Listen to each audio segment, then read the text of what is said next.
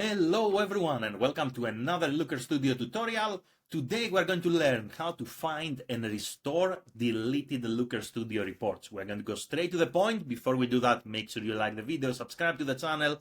It helps tremendously to create new content, so thank you very much.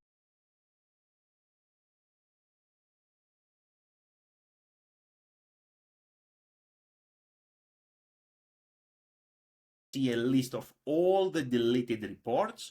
And if you want to restore any of these reports, all you have to do is to click on these three dots. Then you're going to say restore. And once you do that, your report is going to return under the recent tab here. So you will be able to find your Looker Studio report here. Now you can also delete these reports permanently. So once you delete them from recent, you're not going to permanently delete them. Everything is going to stay here inside the bin.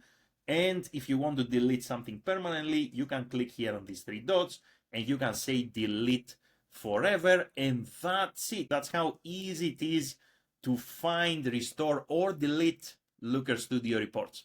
That's all for this video. If you have any questions, let me know in the comments. Thank you very much for watching and have an amazing day in any time zone. Bye everyone.